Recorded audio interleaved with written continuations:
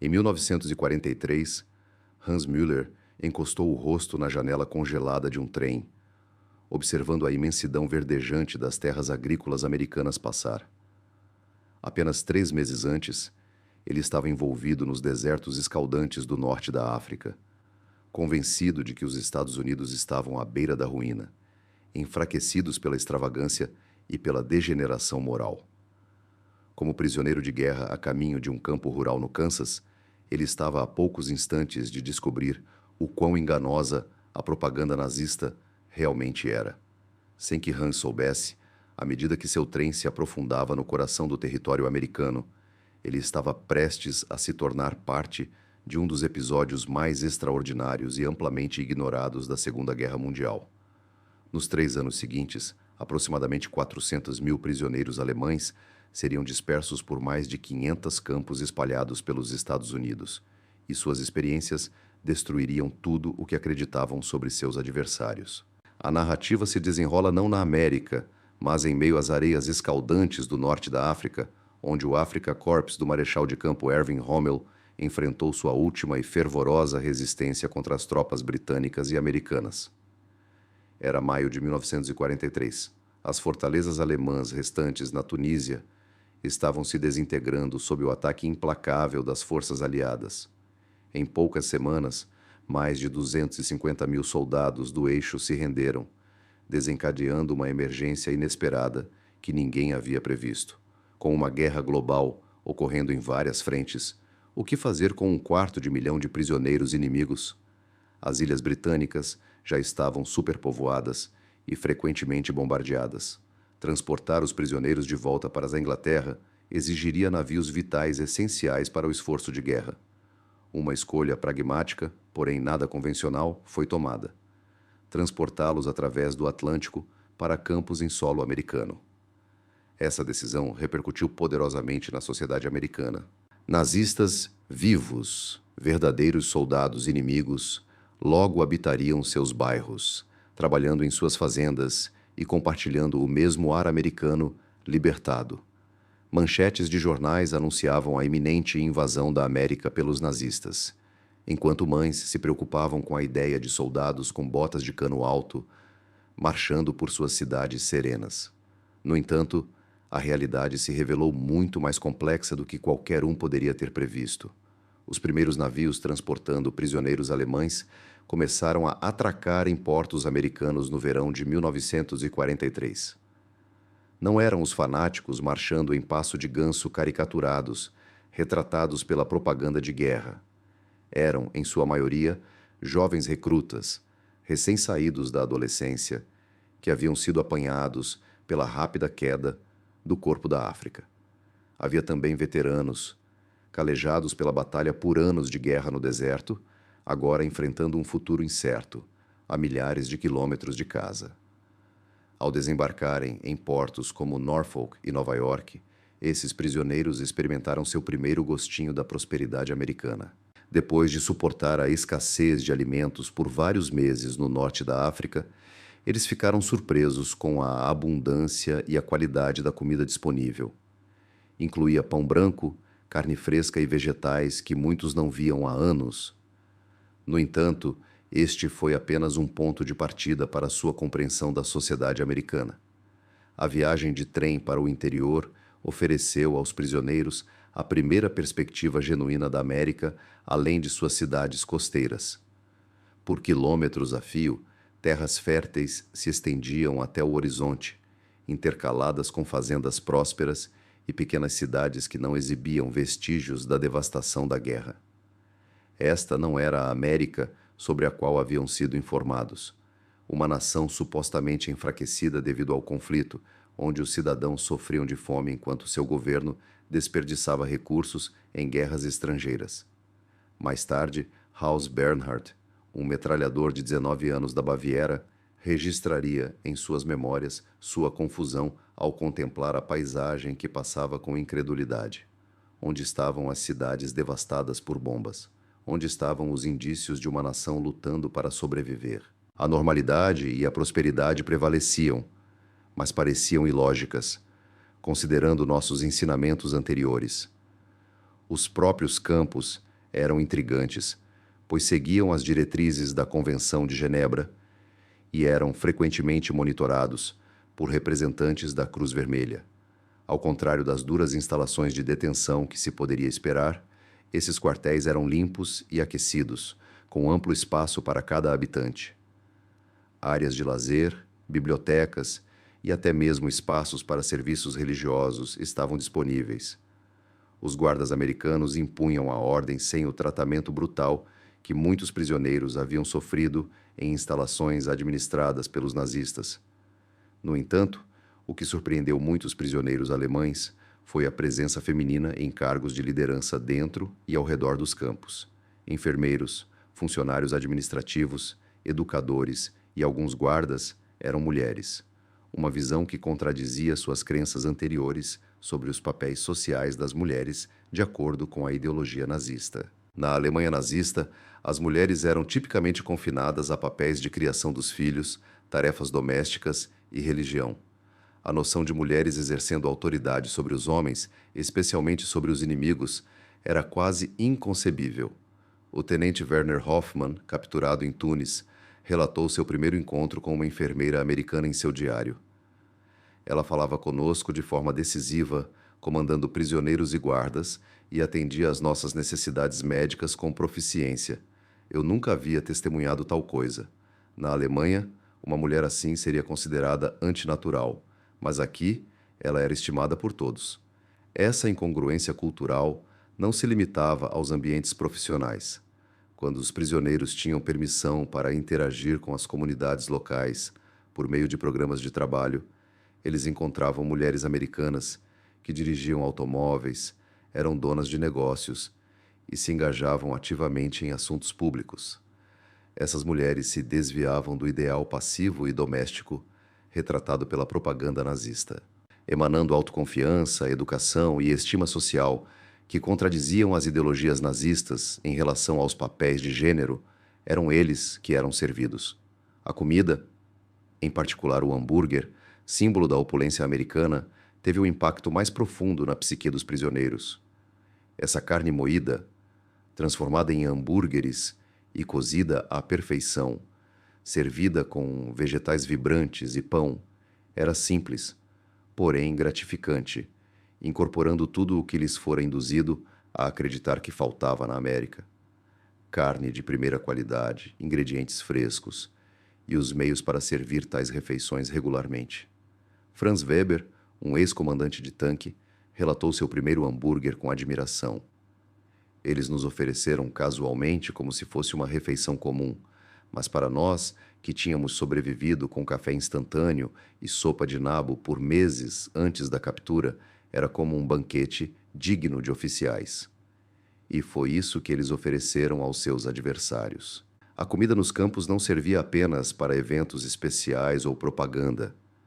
Em vez disso, a qualidade e a quantidade eram consistentes em todas as refeições.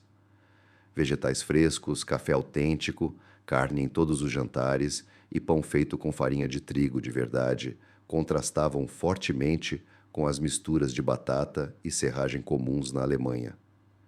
Essa diferença culinária fez com que muitos prisioneiros alemães questionassem o estado de sua terra natal, já que a comida dos campos frequentemente superava a que haviam comido anteriormente. A constatação de que os Estados Unidos alimentavam bem os prisioneiros inimigos desafiou as alegações nazistas de vulnerabilidade e ruína econômica americana.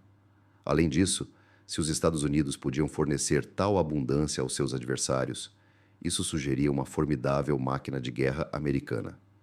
Os programas de trabalho complicavam ainda mais a experiência americana dos prisioneiros, oferecendo insights adicionais sobre a vida atrás das grades. Segundo a Convenção de Genebra, soldados alistados podiam ser obrigados a trabalhar e os Slyny Kokwa utilizaram amplamente esse subsídio. À medida que os trabalhadores agrícolas americanos eram recrutados para o serviço militar, o trabalho dos prisioneiros tornou-se vital para a manutenção da produção de alimentos. Os prisioneiros alemães acabaram trabalhando nos mesmos campos que lhes forneciam a abundância que haviam experimentado recentemente. A ironia não passou despercebida por muitos deles. Eles, combatentes inimigos, agora ajudavam a sustentar o país contra o qual vinham travando guerra há apenas alguns meses. No entanto, as condições de trabalho eram tipicamente razoáveis.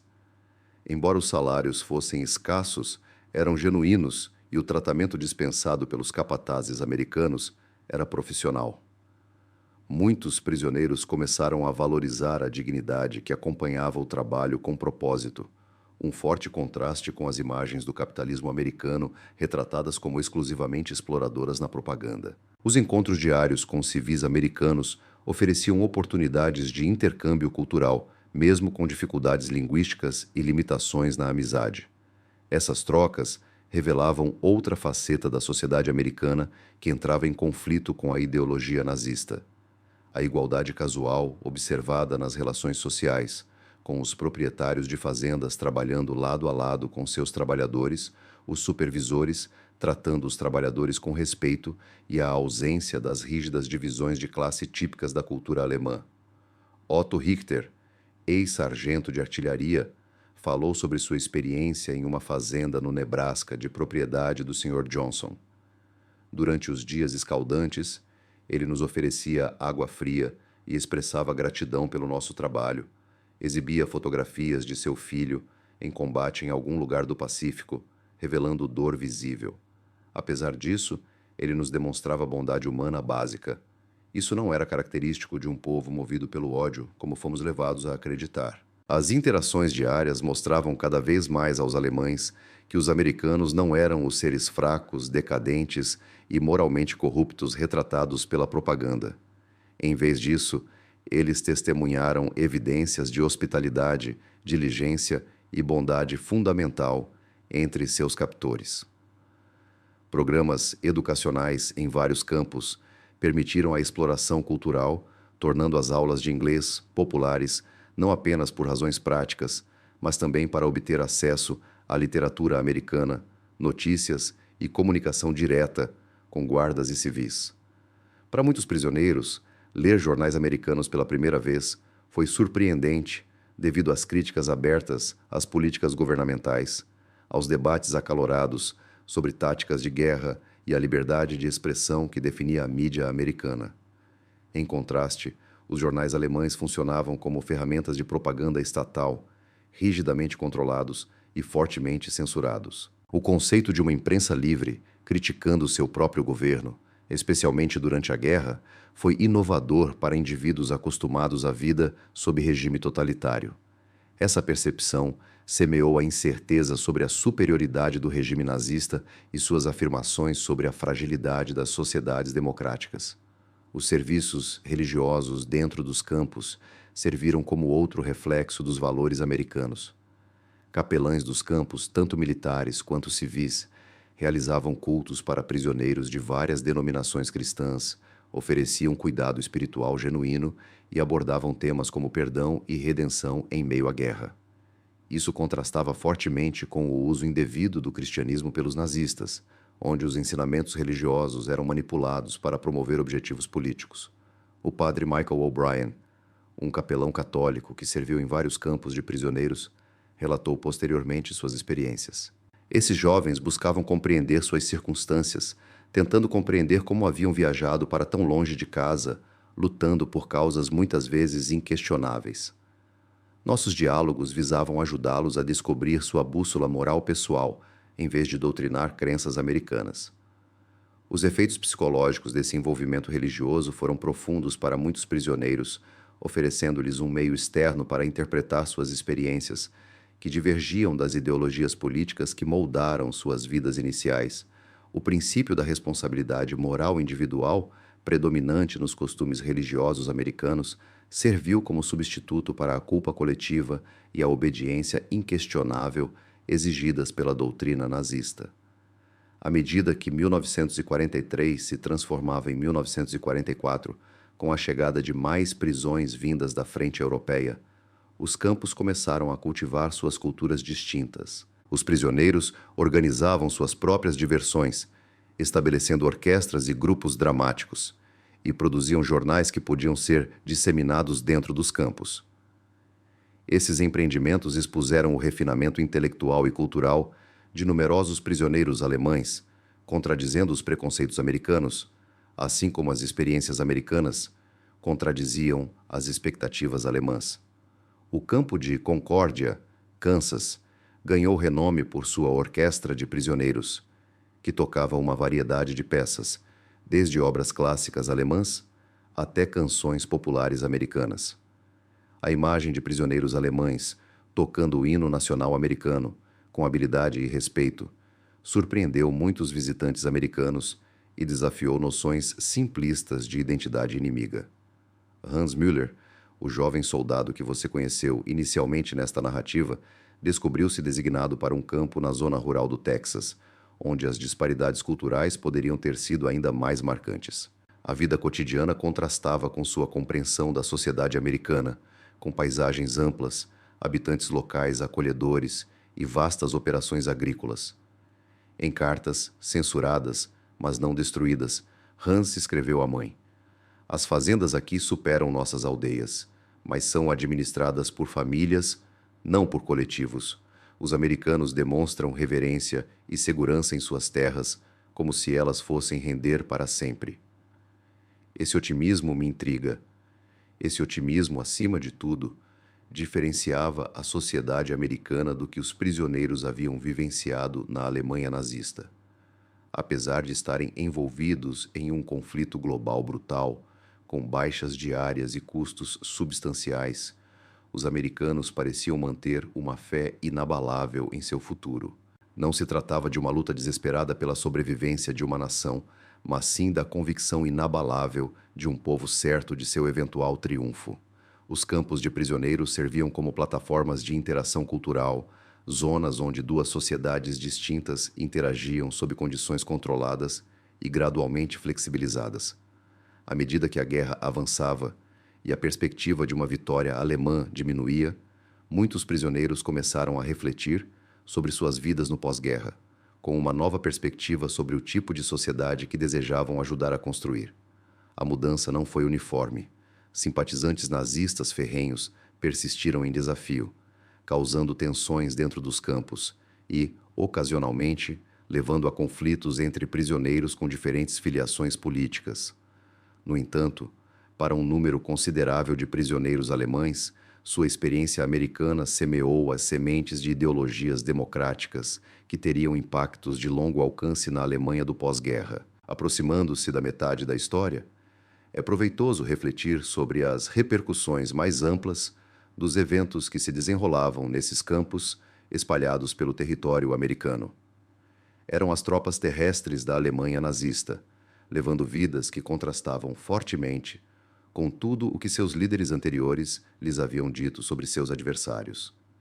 Eles estavam encontrando em primeira mão a riqueza, a liberdade e a bondade humana elementar da sociedade que pretendiam obliterar. Os hambúrgueres e as mulheres trabalhadoras eram meras representações de algo muito mais profundo, um conflito fundamental entre a propaganda totalitária e a verdade democrática. Com o início de 1944, anunciando novos avanços que questionariam ainda mais as perspectivas dos prisioneiros, o cenário estava preparado para insights ainda mais profundos sobre a sociedade que os confinava. Sem que soubessem, o encarceramento americano os estava moldando para papéis imprevistos, como intermediários que uniam dois reinos totalmente contrastantes, transportando o conhecimento adquirido em campos de concentração nas pradarias para uma Alemanha prestes a reconstruir seu núcleo do zero. O momento crucial chegou em uma fria manhã de junho de 1944, quando presos reunidos em torno de rádios em campos por todo o país ouviram a notícia que transformaria tudo. O dia D havia começado. As forças aliadas atacavam as praias da Normandia, anunciando a tão esperada Segunda Frente Europeia. Para muitos prisioneiros alemães, esse evento solidificou uma verdade que vinham sutilmente reconhecendo há meses. A Alemanha estava perdendo a guerra, mas a situação militar não era o único aspecto em mudança. Nos campos, algo mais profundo estava se desenrolando. A exposição à vida no campo desencadeou uma mudança significativa e fundamental na percepção dos soldados alemães sobre democracia, liberdade e valor humano, que os administradores do campo mais tarde chamaram de o Grande Despertar. Rudolf Schneider, ex-capitão da Wehrmacht detido no campo Shelby, no Mississippi, documentou essa transformação em seu diário. Hoje testemunhei tropas americanas aprendendo sobre o dia D com prazer contido, em vez de júbilo estrondoso. Eles sabiam que estavam prevalecendo, mas não havia animosidade em suas vozes ao discutir a Alemanha. Isso contrasta fortemente com nossos ensinamentos anteriores sobre nossos adversários.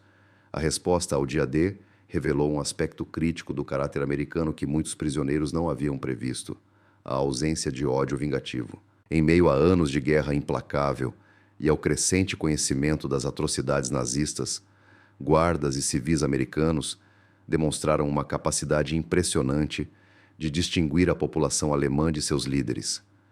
Essa separação tornou-se mais evidente à medida que notícias sobre campos de concentração chegavam aos campos de prisioneiros no final de 1944 e início de 1945.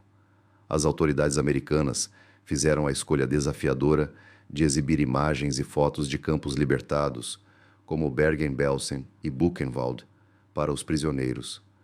Essas exibições, embora obrigatórias, eram cuidadosamente preparadas psicologicamente. O efeito foi devastador, mas transformador. Muitos prisioneiros tinham a crença equivocada de que os campos de concentração eram meros locais de trabalho ou aceitavam a propaganda nazista sobre custódia protetora.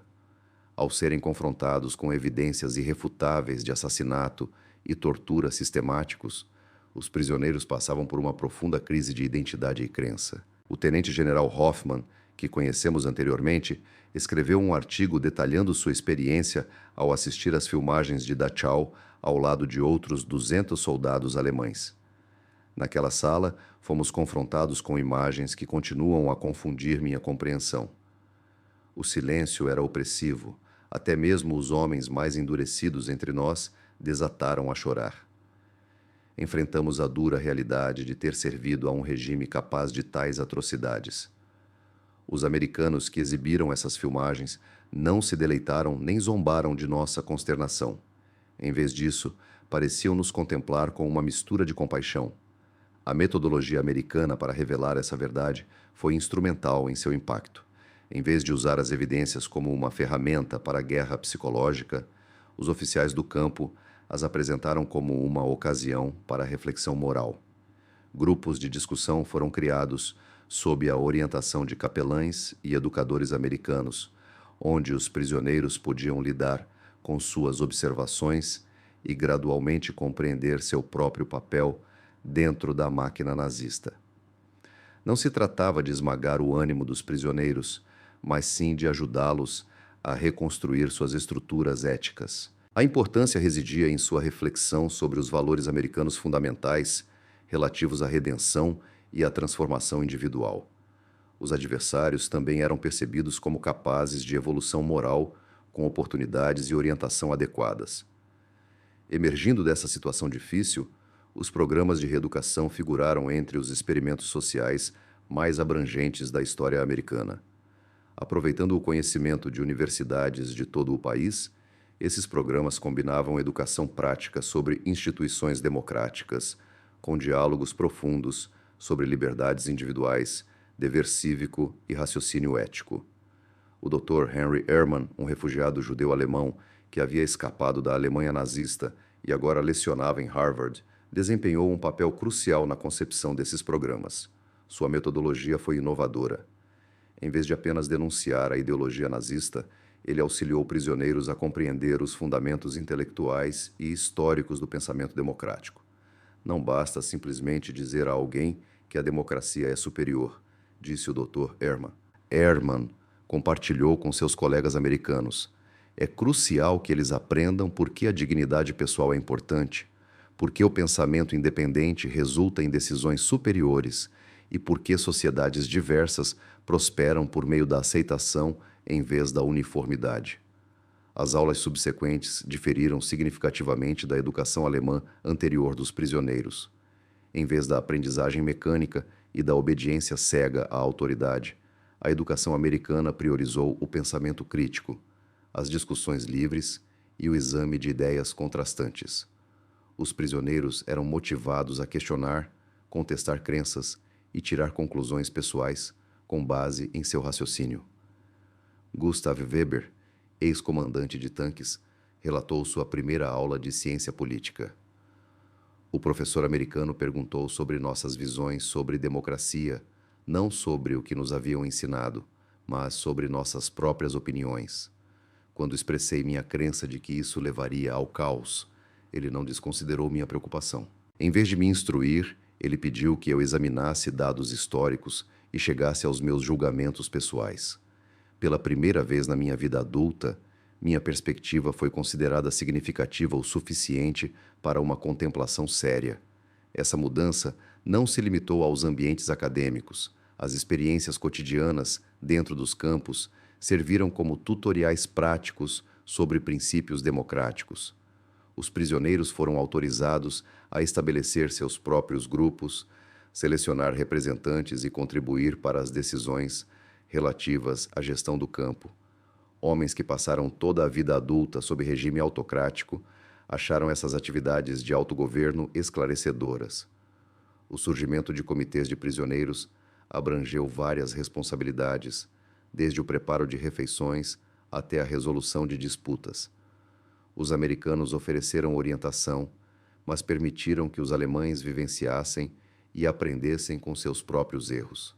Essa exposição direta à tomada de decisões democráticas superou em valor qualquer lição educacional sobre filosofia política. À medida que a guerra avançava, o aspecto econômico da sociedade americana impressionava persistentemente os prisioneiros alemães. Apesar do engajamento do CPCIR em múltiplas linhas de frente, do fornecimento de ajuda a aliados em todo o mundo e da sustentação de forças militares colossais, não havia indícios das dificuldades que assolavam a Alemanha internamente. Os prisioneiros americanos desfrutavam de farta alimentação, correspondiam-se com suas famílias e até ganhavam salários modestos por seu trabalho. O catálogo da Sears serviu como um emblema inesperado da riqueza americana. Os prisioneiros passavam um tempo considerável examinando as listas de produtos acessíveis às famílias americanas típicas, eletrodomésticos, roupas, ferramentas e itens de luxo inacessíveis durante a Alemanha em tempo de guerra. O catálogo simbolizava não apenas a riqueza material, mas a crença de que essa prosperidade perduraria para sempre. Friedrich Müller, um detento do campo Butner, na Carolina do Norte, observou: seus catálogos são mais volumosos do que nossos manuais militares, oferecendo produtos que qualquer família pode comprar e receber. Esta não é uma nação que antecipa a derrota ou se preocupa com seu destino. Em vez disso, é uma nação que vê a prosperidade como a norma. O papel das mulheres americanas cativou e confundiu os prisioneiros alemães durante seu encarceramento. À medida que a guerra se intensificava e mais homens americanos eram recrutados, as mulheres assumiam papéis ainda maiores na sociedade. Os detentos observaram mulheres servindo como administradoras, educadoras, mecânicas e em inúmeras outras profissões que seriam inconcebíveis para mulheres sob o domínio nazista. O campo de Aliceville, Alabama, era supervisionado pela coronel Mary Halloran, uma das oficiais femininas de mais alta patente do exército dos Israelitas. O domínio do coronel Halloran sobre os detentos alemães, incluindo ex-oficiais desconhecedores do comando feminino, transformou-se em um poderoso emblema dos ideais americanos em relação à paridade e ao potencial de gênero, em vez de papéis sociais predefinidos. O tenente-coronel Hans Bergmann, um oficial prussiano de antiga linhagem militar, enfrentou essa mudança de paradigma. Na minha terra natal, a noção de uma mulher comandando homens seria considerada uma distorção da ordem natural. No entanto, esta coronel administra seu campo com mais eficácia do que muitos oficiais homens sob os quais servi na Wehrmacht. Ela é admirada por seus subordinados e intimidada por criminosos. Sou compelida a reconhecer que talvez nossas percepções sobre as capacidades das mulheres fossem limitadas. As interações românticas e os costumes de cortejo observados entre os prisioneiros americanos forneceram outra perspectiva sobre os valores democráticos. Para indivíduos encarcerados que tiveram interações monitoradas, observar casais americanos em reuniões religiosas ou eventos comunitários, demonstrou um paradigma de relacionamento caracterizado pela igualdade e respeito mútuo. Isso foi revelador para aqueles acostumados à noção de que homens poderosos devem dominar mulheres submissas. Além disso, o sistema judiciário americano frequentemente repercutia entre os presos devido à sua ênfase nas liberdades individuais e em procedimentos justos. Em disputas entre detentos, a lei militar americana oferecia procedimentos transparentes, o direito a aconselhamento jurídico e opções de apelação. Até mesmo os adversários tinham direito a um tratamento justo, de acordo com as diretrizes estabelecidas. Outrora, um prisioneiro teimoso e ex-oficial da SS, Otto Kellner passou por uma transformação radical ao ser falsamente acusado de agredir um guarda. O sistema judiciário americano designou-lhe um advogado, permitiu-lhe apresentar provas de defesa e, por fim, absolveu-o quando o verdadeiro ofensor confessou. Em seus escritos posteriores, ele reconheceu que poderiam tê-lo punido sem maiores investigações. Quem contestaria o tratamento dispensado a um oficial da SS? Escreveu. No entanto, eles seguiam seus próprios regulamentos, mesmo quando era mais fácil não fazê-lo. Este evento me mostrou mais sobre justiça do que anos de ensinamentos nazistas sobre poder e disciplina. A incorporação de prisioneiros ao trabalho agrícola americano demonstrou outro pilar da democracia: o valor do trabalho, independentemente da posição social. Em contraste com a sociedade alemã, sua rigidez separava o trabalho intelectual do manual, construindo hierarquias elaboradas baseadas na educação e na linhagem. Nos Estados Unidos, prisioneiros testemunharam fazendeiros trabalhando ao lado de seus operários, acadêmicos fazendo empregos de verão em fábricas e ricos empreendedores que começaram como trabalhadores braçais. O sonho americano, a crença de que o esforço e o mérito individuais poderiam superar o direito de nascença e a posição social, foi uma ideia inovadora para prisioneiros de uma sociedade obcecada por linhagem, ancestralidade e títulos hereditários. Ao observarem seus supervisores americanos, muitos prisioneiros passaram a compreender que a mobilidade social não era apenas alcançável, mas também a norma na sociedade americana. James O'Sullivan, um fazendeiro irlandês-americano que empregava prisioneiros alemães em Iowa, era um poderoso emblema dessa filosofia. Ele chegou aos Estados Unidos sem um tostão, trabalhou duro para concluir sua faculdade de agricultura e, por fim, construiu uma das fazendas mais prósperas do país. Sua história, compartilhada durante conversas na hora do almoço, demonstrou oportunidades que não existiam sob o rígido sistema de classes da Alemanha nazista. No tecido social americano, as crenças religiosas testavam persistentemente as visões estabelecidas dos prisioneiros. Em contraste com a Alemanha nazista, onde o cristianismo era manipulado e distorcido por dogmas políticos, as igrejas americanas defendiam sua autonomia, vocalizando sobre questões morais. Os frequentadores dos cultos religiosos ficavam impressionados com os sermões que focavam na consciência pessoal, na autorresponsabilidade e no valor inerente de todos os seres humanos. O padre Thomas McCarthy, um padre católico que ministrava em vários campos, relembrou os profundos debates teológicos que se seguiram. Esses jovens levantaram inúmeras questões sobre a conciliação de sua fé com suas ações em tempos de guerra. O cristianismo americano, enfatizando a redenção pessoal e a conexão direta com Deus, proporcionou-lhes um caminho a seguir que o cristianismo nazista não havia oferecido. A aproximação da vitória da Europa introduziu novas complexidades à vida nos campos. Com a derrota iminente da Alemanha, os prisioneiros enfrentavam perspectivas incertas no pós-guerra. Muitos possuíam casas em territórios que se transformariam na Europa Oriental sob o domínio soviético, enquanto outros se preocupavam com retaliações de seus compatriotas alemães por suposta colaboração com captores americanos. O ethos democrático dos americanos revelava outro aspecto: a priorização dos direitos humanos, mesmo em relação a antigos adversários. Em vez de repatriação apressada no pós-guerra, as autoridades americanas estabeleceram medidas cautelosas para proteger prisioneiros, potencialmente sujeitos à perseguição. Prisioneiros que haviam participado ativamente de programas de reeducação recebiam prioridade na assistência para reassentamento. Heinrich Bauer, um fervoroso líder da juventude hitlerista e um fervoroso aluno das aulas de democracia, corria um risco particular se retornasse à sua cidade natal, agora sob controle soviético. As autoridades do pós-guerra facilitaram sua realocação na Alemanha Ocidental e lhe ofereceram comprovação de sua participação na reeducação, auxiliando-o a garantir emprego na emergente administração democrática. O fim das hostilidades em maio de 1945 criou um clima incomum dentro dos campos. Muitos prisioneiros lutavam com uma variedade de sentimentos: alívio pelo fim da violência, tristeza pela pátria vencida, apreensão quanto ao futuro e apreço pelos carcereiros americanos. As festividades triunfantes que eles observaram foram marcadas pela sobriedade, enfatizando a busca por uma paz duradoura em vez da desgraça da Alemanha. A observação profética do general George Patton de que os Estados Unidos precisariam de aliados alemães contra a União Soviética tornou-se realidade.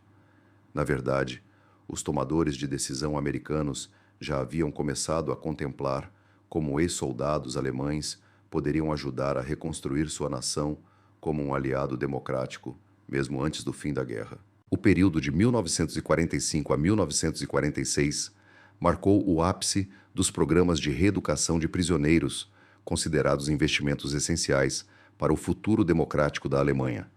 Essa fase de repatriação demonstrou a eficácia do programa. Ao retornarem, os ex-prisioneiros trouxeram não apenas lembranças da prosperidade americana, mas também conhecimento prático das instituições democráticas e uma percepção evoluída das liberdades e obrigações individuais. Diversos indivíduos participaram do processo de reconstrução da Alemanha. Heinrich Weber, nosso comandante de tanque mencionado anteriormente, retomou sua vida como professor e, posteriormente, como administrador educacional, introduzindo métodos educacionais americanos que priorizavam o pensamento crítico em detrimento da aprendizagem mecânica.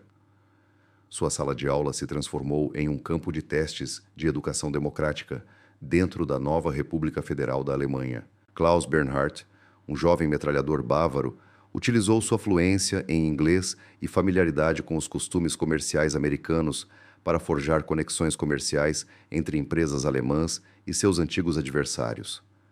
Sua capacidade de navegar pela divisão cultural entre as duas sociedades foi moldada diretamente por experiências de seu cativeiro. Vale ressaltar que nem todos os prisioneiros adotaram princípios democráticos. Alguns guardavam ressentimento pela derrota, independentemente do tratamento recebido. Outros lutaram com as complexidades e obrigações da cidadania democrática após anos sob regime autoritário. No entanto, o efeito geral foi profundo. Pesquisas realizadas décadas depois revelaram que prisioneiros alemães que haviam vivenciado campos americanos eram mais propensos a apoiar instituições democráticas, se envolver em atividades cívicas e resistir a grupos autoritários. O investimento em reeducação rendeu benefícios tanto para a sociedade alemã quanto para a americana. Os hambúrgueres e as mulheres trabalhadoras, inicialmente surpreendentes para os prisioneiros alemães, simbolizavam algo muito maior. Uma sociedade que honrava o valor individual, abraçava a diversidade e acreditava no progresso humano. Essas não eram meras distinções culturais. Eram manifestações tangíveis de ideais democráticos vividos diariamente. A história dos alemães, detidos nos Estados Unidos, acabou se transformando em uma narrativa sobre o impacto das manifestações sobre a propaganda, das experiências da vida real sobre a lavagem cerebral ideológica. Ao tratar os adversários com respeito e, ao mesmo tempo, defender firmemente seus próprios valores, os americanos demonstraram a resiliência das sociedades democráticas de uma maneira que nenhuma oratória política poderia ter transmitido. 1946 marcou a partida de prisioneiros alemães de terras americanas, muitos trazendo cartas de seus guardas americanos, contatos de famílias gentis e, acima de tudo, uma nova compreensão do que sociedades livres eram capazes de alcançar. Eles retornaram para construir uma nova Alemanha, tornando-se um dos aliados fiéis dos Estados Unidos na Europa e uma das democracias mais resilientes do mundo. As mulheres que os surpreenderam com sua autoridade serviram como modelos para a evolução gradual da igualdade de gênero na sociedade alemã.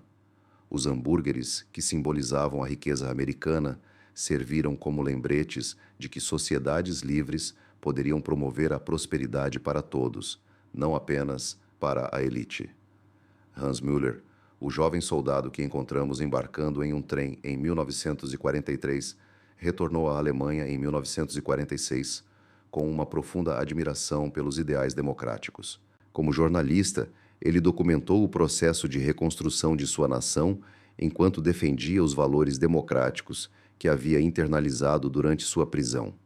Décadas depois, em suas memórias, ele escreveu: "Fui para a América como um adversário e voltei como um aliado, não porque eles me obrigaram a mudar minha perspectiva, mas porque demonstraram um método superior de existência." O profundo paradoxo dos prisioneiros alemães na América era que o encarceramento se transformou em libertação.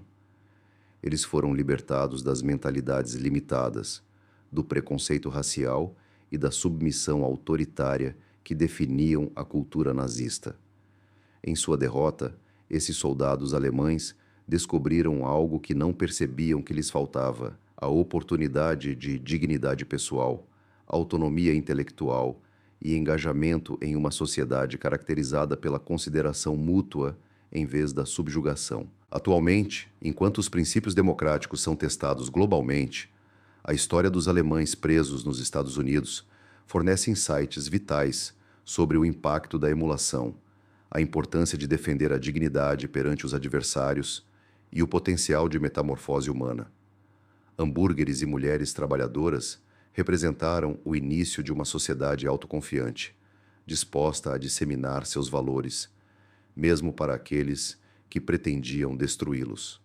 Em última análise, essa autoconfiança provou ser a arma mais potente da democracia e seu presente mais duradouro para a humanidade.